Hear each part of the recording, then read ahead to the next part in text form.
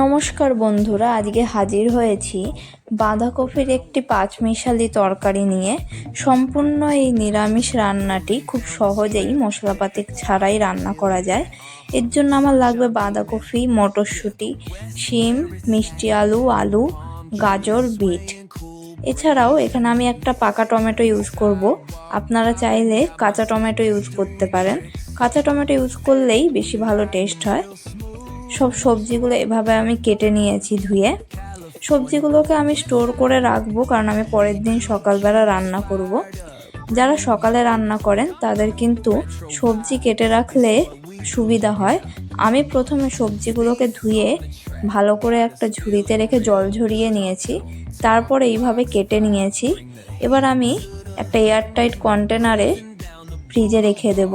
পরের দিন সকালবেলা বের করে আমি রান্না করব। যেহেতু এগুলো ধোয়া আছে, তাই ঠান্ডা জলে সকাল সকাল আর ধুতেও লাগবে না। আমি এইভাবেই স্টোর করে রাখি সবজি কেটে। আপনারাও এইভাবে রাখতে পারেন, এতে সকালের রান্না কিন্তু খুব সহজেই হয়ে যায়। বাঁধাকপিটাও ধুয়ে আমি এরকম কুচি করে কেটে নিয়েছি আর স্টোর করে রেখে দিচ্ছি। তরকারিটা রান্না করতে প্রথমে আমি কড়াইতে তেলে একটু ফোড়নে দিয়ে নিলাম। এখানে আপনারা চাইলে একটু শুকনো লঙ্কাও ফোড়ন দিতে পারেন। এরপর আমি সব সবজিগুলো দিয়ে দিচ্ছি।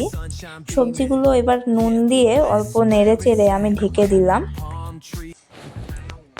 সবজিগুলোকে হালকা কষিয়ে নিয়ে তারপর আমি বাঁধাকপিটা দেব। সবজিগুলো দেখুন, সবজিগুলো একটু নরম হয়ে এসছে। এবার আমি বাঁধাকপিটা দিয়ে দিলাম। একসঙ্গে দিয়ে দিলেও হয়, তবে আমি সবজিটা আগে একটু কষিয়ে নেই, তারপর বাঁধাকপিটা দিই। এবার বাঁধাকপিটা দিয়ে ভালো করে নাড়িয়ে নিতে হবে।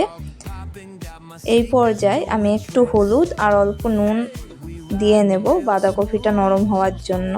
আমি একটা কাঁচা লঙ্কা দিয়ে দিলাম। আপনারা আপনাদের পছন্দ মতন ঝাল দিতে পারেন। এই বাঁধাকপির রান্নাটায় কিন্তু আর কোনো মশলাপাতি লাগে না। নুন হলুদ দিলাম আর ফোড়ন দিলাম, ব্যাস এইটুকুই।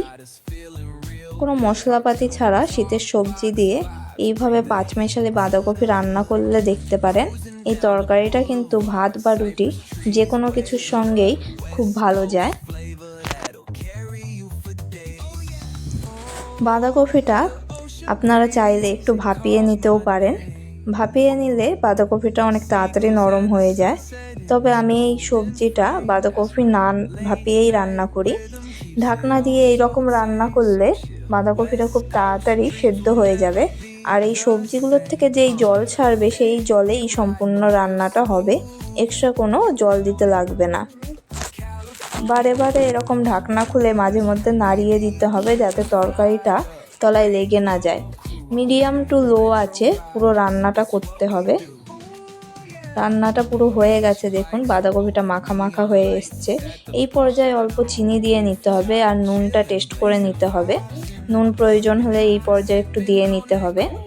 আমাদের পাঁচমিশালি নিরামিষ বাঁধাকপি রেডি। সার্ভ করুন গরম গরম রুটি বা ভাতের সঙ্গে।